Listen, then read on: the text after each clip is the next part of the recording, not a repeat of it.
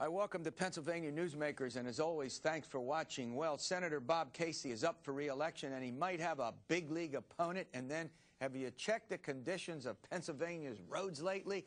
Are we going to get any relief there?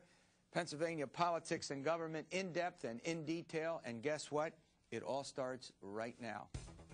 This is Pennsylvania Newsmakers, a fast-paced, unrehearsed weekly discussion with and about the leaders who shape your world. And now, here's your host, Terry Madonna. Hi, welcome back to the program. Well, the U.S. Senate race in Pennsylvania was shaken up this week with an announcement that Senator Dominic Pileggi, the majority leader in the Senate, has indicated he might run against Senator Casey. It's big news. Joining me to talk about that and more is Robert Swift with Times-Shamrock newspapers. Scranton Times is the big. Yes. The big. Yes. The mother load, right? Yes. The mothership. There you go. And same. It was Robert Swift and then Brad Bumsted with the Pittsburgh Tribune-Review. You guys also have a bunch of other papers. We do. I won't ask you to get into them, but no, you multiple Pittsburgh Tribune-Review is right. And multiple papers, then, right? And you have multiple papers. Yes, up throughout the Northeast. We got that. You're in the Northeast. You're out in the Southwest. Got that right? That's Scranton West he's in. Scranton, okay. I get it. All right. Brad, let me start with you. Dominic Pileggi shook up the political world in Pennsylvania this year. With not an announcement, but with the speculation that he might run for the United States Senate. Tell our viewers about Dominic Pileggi. Well, at this point, from what I've seen, all he said is that he's considering it, which is a key word that politicians use. We don't know whether he'll really run or not, but I think you hit it right on when you said a big league opponent. He really would be if he won the nomination among the Republicans and went up against Casey, because he's widely acclaimed to be one of the smartest people in the legislature. He's an attorney like Casey, and he'll know the issues, and there'll be no doubt that he's at a level to be able to handle it. Yeah, former Mayor Chester. Yes. Chester's in Delaware County, not Chester County. I could never quite figure that out. All right, Robert, he's been very active in the legislature. He's a leader. Yes. He's got the job of organizing the caucus. The Senate Republicans control that chamber to try to get their key legislation. And he's done some things in the last several months that now, maybe go ahead. It's very unusual for a sitting majority leader to actually be looking at a statewide office. I'm trying to think back the last time a sitting one, maybe 30 years ago. But this case, in the last few months, back in the fall, Senator Pileggi introduced legislation to allot Pennsylvania's electoral college votes by congressional district. Right. He also would be the key sponsor of any congressional redistricting bill. So these are statewide political moves. Big time. And the electoral college one proved to be the steam has sort of faded, but proved to be very controversial with congressmen. But at the same time, now that back then you were, why is he doing this? And then you see the sudden statewide candidacy potentially, and it adds a whole new element of sort of to that. Yeah, Brad, the conservatives in the Republican Party might have some difficulty with him. I mean, let's think about this. He favors a Marcellus shale tax. He comes from the eastern part of the state. My sense about him, he's sort of more moderate than far right, however you want to describe it. That's exactly right. Go ahead. I mean, he was mayor of a Democratic city. Right. And he has, throughout his tenure, been sympathetic, I guess is the best way to put it, to labor concerns, for instance. He would support a lot of things that hardcore Tea Party type conservatives would not want, but that's exactly what would make him a great general election candidate against Casey if he got past the primary. Particularly in the eastern part, southeastern part of the state, where you would expect. Now, there are, by my count, 9 people who have surfaced who've indicated they could run against Senator Casey. That's 9. He would be 10 by my count. Maybe you guys have a different count. He'd be the best known of these 9. Yeah, well, Sam Rohr, a former lawmaker, did run in the primary, but he would be the most influential by far. Yes. You all agree there? Yes. Absolutely. All right, I won't put you on the hook and ask you whether you think he's going to run or not. I don't. Unless one of you want to jump in and be brave. We just don't know. You just don't know, yeah. But he would be formidable. You both agree there. Absolutely. Yes. Big fundraiser. Yes, and he'll be under the spotlight now for his Senate leadership actions, too. Yeah, see, that's another angle with it. Until he decides, and when he makes decisions, people will look at it and say, well, are you doing this because you're running, or are you doing this?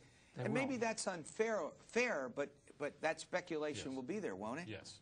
All right, well, let's shift gears. I don't want to spend a lot of time on it, Brad, because I want to go on to some other things in the legislature. Give us an update on the Penn State thing and what's going on in the legislature with it, just quickly. Well, as far as the Penn State child abuse scandal, we're looking at a preliminary hearing for Jerry Sandusky on December the 13th and on the 16th for 2 administrators who were charged with failing to report and with perjury. So the criminal case is proceeding.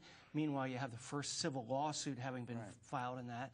And in the legislature, there is at least an intention to form a commission that would look at the state's reporting laws and other laws to see how they may be strengthened.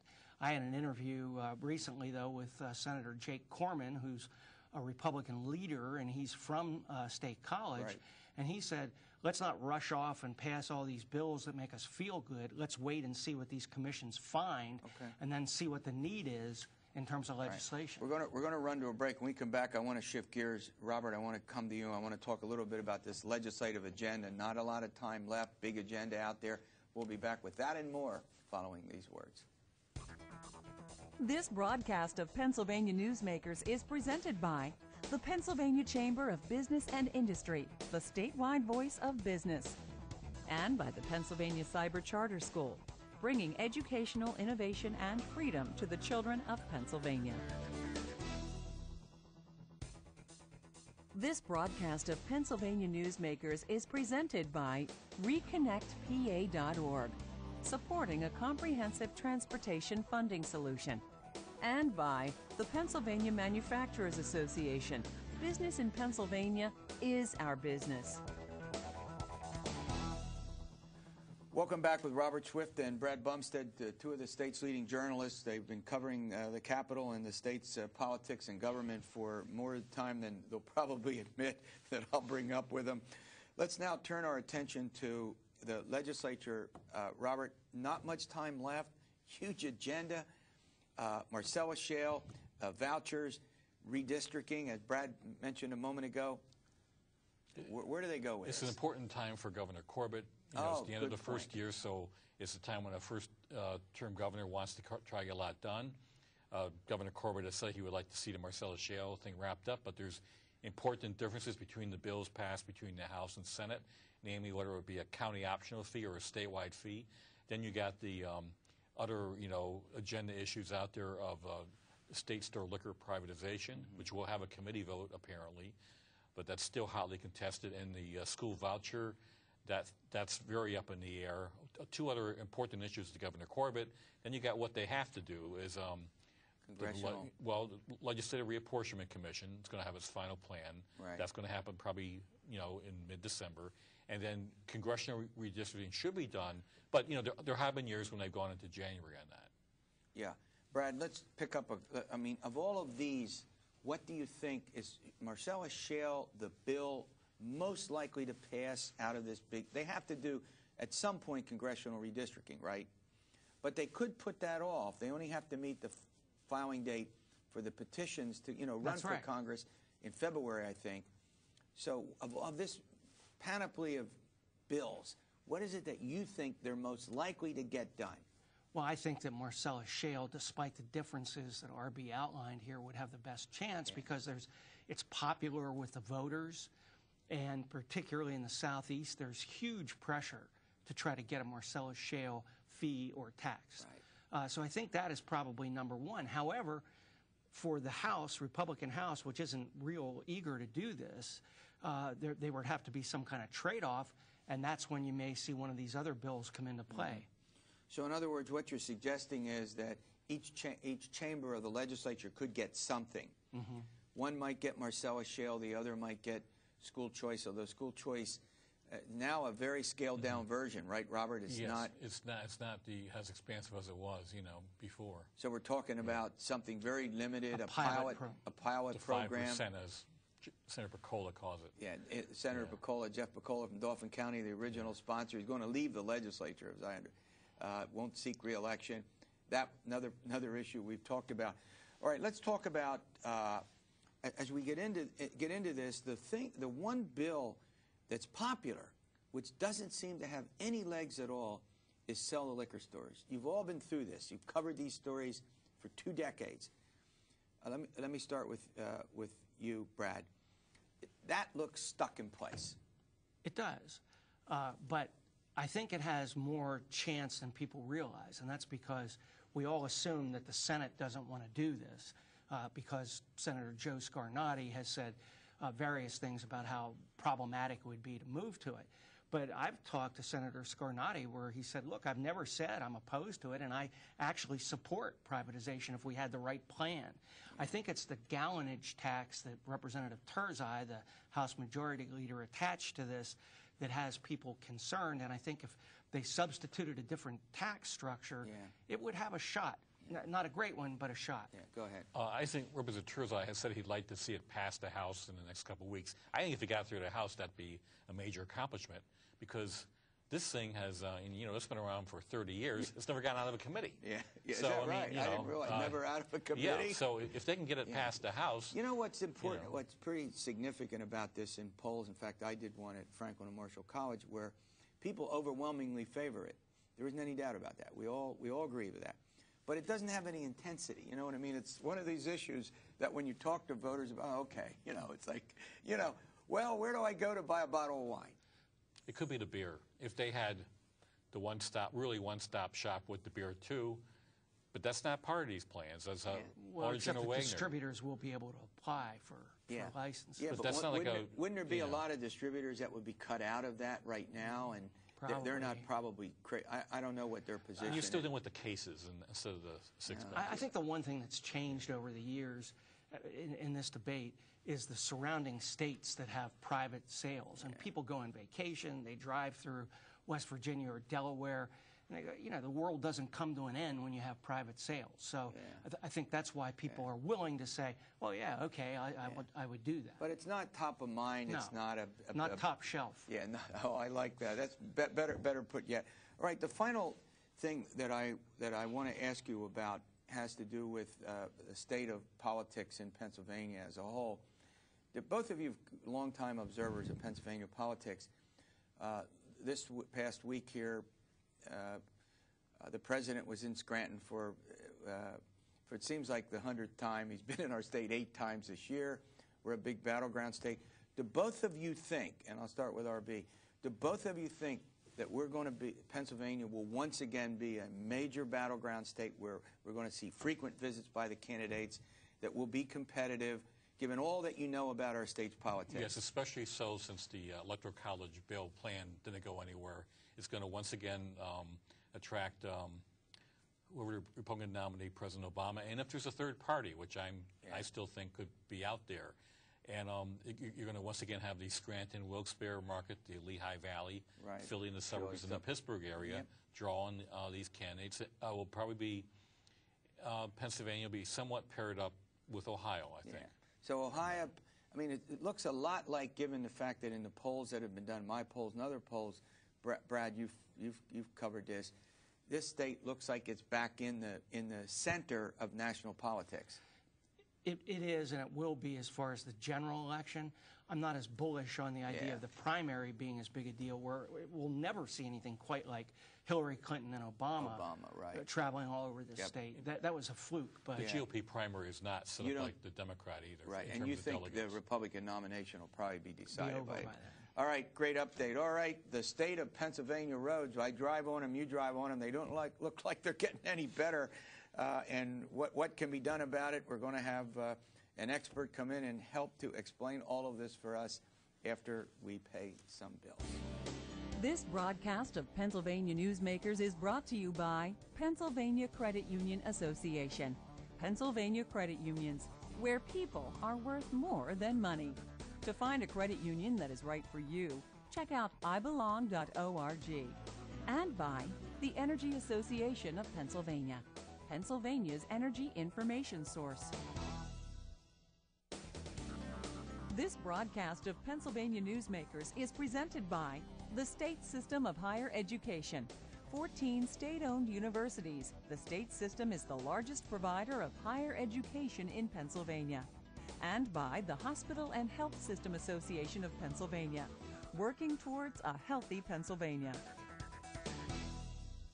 Hi, welcome back to the program. Well, Bob Latham is the Executive Vice President with the Associated Pennsylvania Constructors, joins me to chat about, have you seen the condition of Pennsylvania roads? We were chatting just a moment ago, and Bob said, and the bridges. Go, hold on a minute. Talk about, we'll get to the roads in a minute. Talk about the bridges. Well, you know, Terry, we have the largest number of bridges of any state in the country, and of course we have the geography, and we have bad bridges in the state. We're trying to fix them, and basically we have the money to fix bridges, but that's about it. The problem is if we don't get at this, if we don't get at funding these, we're going to have more and more on the line.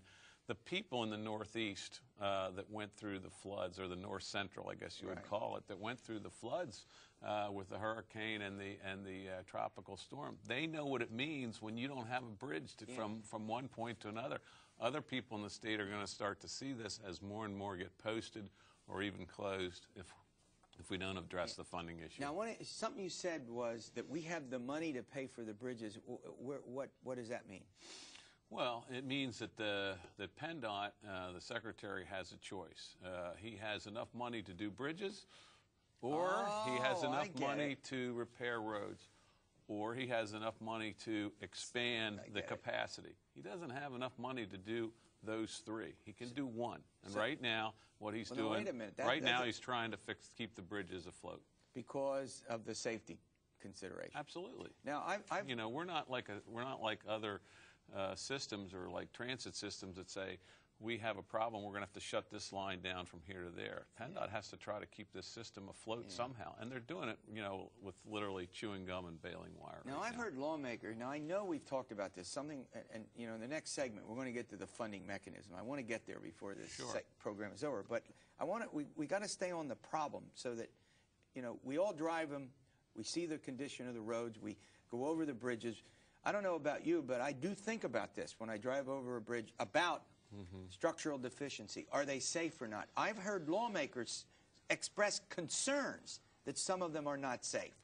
Well, first of all, PennDOT inspects them on a regular basis, and what they do is they lower the weight capacity of anything that is what we call structurally deficient. So I would say the public can be assured that they're not driving over a bridge that's going to fall into the river, so to speak. But what you're going to start to see is a disruption in commerce and a disruption in travel, and certain bridges are simply closed because they can't handle, because the inspection says they're no good anymore, or they're weight restricted, and that's going to affect commercial traffic. And really, where it's really going to hit home is the agricultural industry in Pennsylvania, getting products from farm to market, because those are the ones out in the rural areas that really get impacted. You can't bring the milk in through certain areas, and that costs people a lot of money.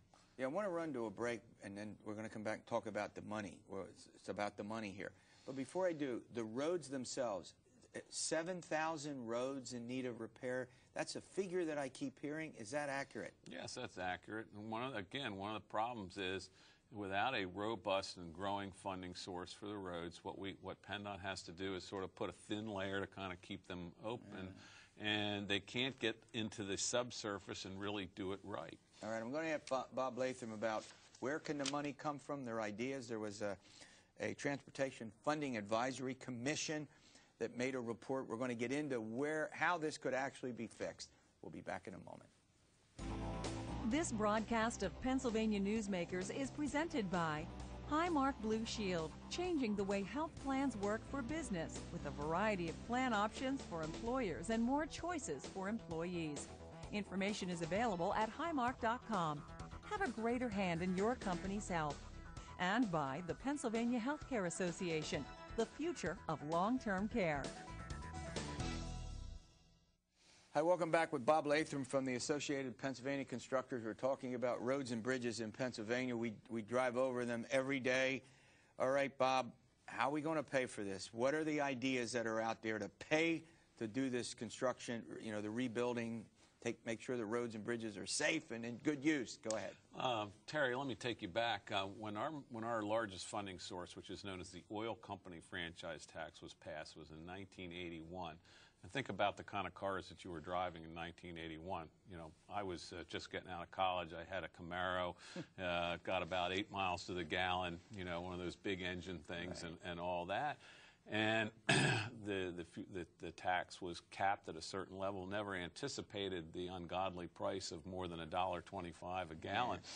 And so what we're talking about is modernizing that tax system in the short run, allowing that cap on the off-franchise tax to gradually increase so that it won't impact anybody too drastically. I believe that we're also looking at the Act 44 money, not to use too much jargon. That was the bill that was passed that allows toll money from the Pennsylvania Turnpike to be used for PennDOT and transit systems.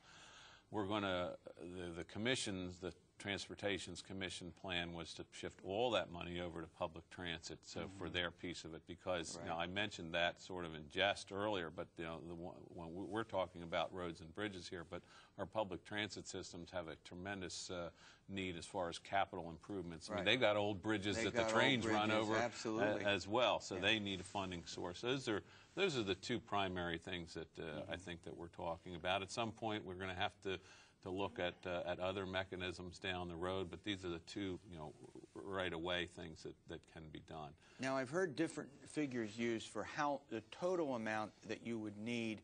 Let's do it year by year. 1.6, 1.7 billion a year. Is that the estimate for, let's say, the next 10 years to help alleviate the problem? Well, what the Commission recommended was trying to move an increased annual funding by $2.5 billion. That's over 5 years. That's still $1 billion less than an expert panel recommended a couple of years ago. And just to show how that moves by inaction, in 2005, Governor Rendell had a commission, said we needed to do about $1.7 billion more. Maybe that's where I get that. And then money. in 2009, there was another, or 2010, there was another commission looked at it. It had moved to $3.5 billion. So, you can't wish this problem away. And the longer that you wait, so if we sit around here and do nothing for another 4 years, the problem's, the problem's going to be $5, $6 billion a year. And we're just passing this cost on to the next generation. All right. Well, look, I want to thank you for coming in. This is a great update. Now, you're going to keep us posted as this effort continues in the legislature and elsewhere to try to get something done here. But as I've indicated, this is a huge need that I think all Pennsylvanians recognize need to be addressed. All right. Thanks for watching this edition of Pennsylvania Newsmakers. And as always, stay well.